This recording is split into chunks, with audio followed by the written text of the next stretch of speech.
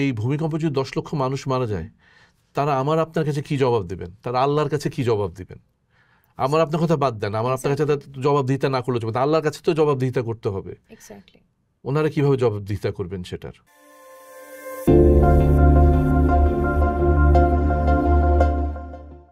আমরা জানি যে 6 মাত্রার উপরে ভূমিকম্প হলেই কিন্তু রাজুকের একটা পরিসংখ্যানে ছিল যে 1 লাখের উপরে ভবন ধসে পড়বে, যেটা কিনা আবার আমাদের ডক্টর শামীমুজ্জামান বসুনিয়া স্যার বলছেন যে এটা আসলে একটা ভুল তথ্য। ঢাকা শহরের কোনো ভবনই আসলে ভূমিকম্প প্রতিরোধী না। অগ্নিকাণ্ড ঘটবে, উদ্ধার করা যাবে না মানুষ, 3 লাখের বেশি মানুষ বলছে, কিন্তু আমার ধারণা এস্টিমেশনটা আরো অনেক বেশি। তো এই ঢাকার এই যে এত বড় একটা বিপদ, এটা নিয়ে কি কোনো আলাপ শুনছেন বা কোনো উদ্যোগ দেখছেন? প্রতি বছর একবার করে একটা ডেইলি স্টারে রাউন্ড টেবিল হয়। হ্যাঁ, ওইখানে গিয়ে আমরা সবাই গিয়ে বড় বড় কথা বলি। হ্যাঁ, ওখানেই শুরু, ওখানেই শেষ। বেঙ্গলের প্রতি 100 বছরে 7.5 স্কেলের একটা করে ভূমিকম্প হয়, এবং সেটা আমাদের বেঙ্গলে লাস্ট হয়েছে 120 বছর আগে। সো উই আর ওভারডিউ একটা 7.5 রিক্টার স্কেলের ভূমিকম্প হওয়া। আমরা যদি ধরে নেই যে আগামীকালকে ঢাকা শহরে 7.5 স্কেলের একটা ভূমিকম্প হবে, তাহলে ঢাকা শহরের কি হবে? আপনার যদি 1 লাখ ভবন ধসে পড়ে, প্রতিটা ভবনে যদি আপনার 10 জন করেও মানুষ মারা যায়, তাও 10 লক্ষ মানুষ মারা যাবে কমপক্ষে এক ধাক্কায়। আচ্ছা, তারপরে কি হবে? যে আপনার ঢাকা শহরে যে রাস্তা, কোনো রাস্তা দিয়ে তো গাড়ি ঢুকতে পারবে না। যে আপনার যে উদ্ধার কর্মীরা যাবে, ফায়ার ব্রিগেডের লোকজন বড় বইটই নিয়ে যাবে, গিয়ে বের করবে, তো রাস্তার মধ্যে ঢুকতেই পারবে না, কারণ প্রতিটা রাস্তা এমনভাবে তৈরি যে বড় গাড়ি ঢুকতে পারবে না। আচ্ছা, সেটা তো বড় গাড়িতে ঢুকতে পারবে, বড় গাড়িটা কোথায়? আপনার এক রানা প্লাজা ধসে পড়ায় পুরো বাংলাদেশের সব ফায়ার ব্রিগেডের গাড়িগুলো শুধু কিছু করতে পারলো না। আমাদের সেই সক্ষমতা নাই। আমাদের একটা বড় ভূমিকম্প হলে আমরা সবাই জানি এইটা, আমি বলব পৃথিবীর একটা নিকৃষ্টতম একটা ডিজাস্টার হবে, নিকৃষ্টতম। আমরা সবাই জানি সেটা, এবং আমরা জেনে শুধু আলোচনা করে ছেড়ে দিচ্ছি। এটা নিয়ে সরকারের কোনো মাথা ব্যথা নেই, কোনো মাথা ব্যথা নাই, শুধু বড় বড় কথা। এই সুশীল সমাজের মধ্যে মানুষের যে এত বড় একটা বিপর্যয় ঘটা খুব আসন্ন, I am not a doomsdayer, but মানুষের এটা খুব আসন্ন একটা সমস্যা। এটা হয়ে হবে, ম্যাটার অফ টাইম।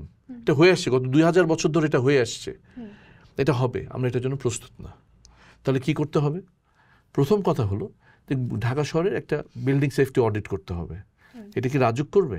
এটা কিন্তু রাজুক করবে না। আমরা গুলশান সোসাইটি থেকে বছর দেড়েক আগে এই ভূমিকম্প নিয়ে আমরা একটা মিটিং করেছিলাম, যেখানে তৎকালীন মেয়র সাহেব এসেছিলেন। সবাই বললেন যে আমরা করব, ঢাকা শহরের ভূমিকম্প প্রত্যেকটা বিল্ডিং অডিট হবে, আমরা বেসরকারি সংস্থাকে এটার জন্য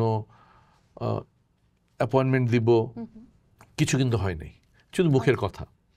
আমাদের বিল্ডিং সেফটি অডিট করতে হবে, প্রাইভেট সেক্টরকে নিয়োগ করতে হবে, এবং তারা যদি সেটা না করে বলে দিতে হবে যাদের বিল্ডিং সেফটি অডিট নাই তাদের ডাবল হয়ে যাবে যে সিটি কর্পোরেশন যে ট্যাক্সটা। যারা করবে না, করবে তারা রিবেট পাবে। তারা নিজেদের খরচে করবে, সরকার তো 1 টাকাও খরচ হবে না। সরকারকে শুধু সিস্টেম করে দিতে হবে, করে দিয়ে বলে দিতে হবে যারা করবে তাদেরকে রিবেট পাবে, যারা করবে না তাদেরকে ফাইন দিতে হবে। এটা হচ্ছে প্রথম ধাপ। যেটা হওয়ার পরে আপনি জানেন রেট্রোফিটিং করতে হবে। রেট্রোফিটিং যেখানে করা দরকার করতে হবে, কারণ মানুষ কিন্তু এটা নিজে, যখন আমি জানবো যে এটা করলে আমার এই সমস্যা, মানুষ নিজ উদ্যোগে এটা করবে। এবং যে রেট্রোফিটিং না হলে সেখানে 6 মাস 1 বছর সময় দিতে হবে যেখানে তারা কাজগুলো করবে। আপনার কি মনে হয় যে আমরা যদি জানি, রিস্কটা জানার পরও আমরা সেই রেট্রোফিটিং এর টাকাটা দিতে উৎসাহী হব? আমি প্রাইভেট ওনারদের কথা বলছি। না, হব। তার কারণটা কি? এখানে তো আমি থাকি, আমার সন্তান থাকে, আমি তাদের জীবনের ঝুঁকিটা নিব না। তাদেরকে সেটা বোঝাতে হবে। আর তারা যদি না বোঝে তাহলে আমাদেরকে তাদেরকে বোঝাতে বাধ্য করতে হবে যে তোমার রেট্রোফিটিং যদি না করো, তুমি এই টেস্টে পাস করো নাই, তোমাকে 6 মাস সময় দিলাম, 1 বছর সময় দিলাম, এরপর না হলে তোমার বাসার উপরে আবার ফাইন। যখন তারা দেখবে যে আমার এই retrofitting is cheaper than paying the fine, then they will do it, তখন তারা কাজটা করবে। সেটাকে বাধ্য করতে হবে। আমাদেরকে বুঝতে হবে যে এই ভূমিকম্পটার জন্য আমাদেরকে প্রস্তুত হতে হবে। এটা তো আমি বলছি প্রাইভেট সেক্টরের কথা, যে আমার আপনার বাসার কথা। সরকারের যে কিছু ব্যবস্থা নেই, সরকারের যে এটা করতে গেলে যে আমাদের কি পরিমাণ ল্যাডার লাগবে, কি পরিমাণ উদ্ধারকর্মী লাগবে, এটা নিয়ে যে একটা স্ট্যাটিস্টিক্স দরকার, এটা নিয়ে একটা গবেষণা দরকার, সেই অনুযায়ী সক্ষমতা দরকার, সেসব তো কিছু নাই। আমরা তো জানি এই জিনিসটা হতে যাচ্ছে, এটা খুব বেশি টাকার বিষয়ও না, কিন্তু আমরা এই ব্যাপারে সম্পূর্ণভাবে উদাসীন। অর্থাৎ আমরা বসে আছি আর একটা ডিজাস্টারের জন্য, ওই যে প্রতি বছর একটা করে গ্যাস বিস্ফোরণ হয় আর আমরা হাহাকার করি যে হারে এইটা জিনিসটা তো বন্ধ করা যেত। বিদেশে যাওয়ার জন্য একটা পরিবার কালকে বিদেশ চলে যাবে, আজকে খেতে গেছে, আগুনে পুড়ে মরে গেল বেলিরোডে সে অগ্নিকাণ্ডে। প্রতিবার অগ্নিকাণ্ড হয়, আমরা এটা নিয়ে হাহাকার করি, তারপর যাকি তাই। এইটা সেটা হতে দেওয়া যাবে না, ঢাকা শহরকে এভাবে মরতে দেওয়া যাবে না। আমরা যে আজকে এটা আলোচনা করছি, আপনাদেরকে ধন্যবাদ, আপনারা এটা নিয়ে আলোচনা করছেন। আমাদের বিশ্বাস এই জাতীয় আলোচনার মধ্যে দিয়ে মানুষজন সচেতন হবে, সরকার সচেতন হবে, সরকার উদ্যোগী হবে। আমার মনে হয় আরেকটা জিনিস খুব গুরুত্বপূর্ণ, সেটা হচ্ছে জাস্ট গতকালই আমি আমার কলিগদের সাথে বসে আলোচনা করছিলাম যে ভূমিকম্প যদি হয়, এখন তো আসলে বিল্ডিং রেট্রোফিট করার মতো সময় হয়তো আমাদের হাতে নেই। সেক্ষেত্রে আমরা কি করতে পারি? আমরা আসলে ওয়ার্ল্ড ওয়াইজ কিছু ইভ্যাকুয়েশন রুট প্ল্যান করে দিতে পারি এবং কিছু অ্যাভেলেবল ওপেন স্পেসের সাথে সেই রুট প্ল্যানটাকে কানেক্ট করতে পারি, যেটা অ্যাসেম্বলিং পয়েন্ট হিসেবে ব্যবহার হবে যখন আর্থকুয়েক হবে। তো সেটা নিয়ে আলোচনা করতে গিয়ে আমরা দেখলাম যে একাডেমিক ফিল্ডে কিন্তু এই নিয়ে প্রচুর কাজ হচ্ছে। স্পেশালি যারা ডিজাস্টার ম্যানেজমেন্ট নিয়ে পড়াশোনা করেন, পড়ান, তারা কিন্তু কাজ করছেন। কিন্তু সামহাউ ওই একাডেমিক ফিল্ডের ফাইন্ডিংগুলো আমাদের স্টেট লেভেলের ডিসিশন মেকিংয়ের সাথে কানেক্টেড হচ্ছে না, ওই সংযোগটা হচ্ছে না।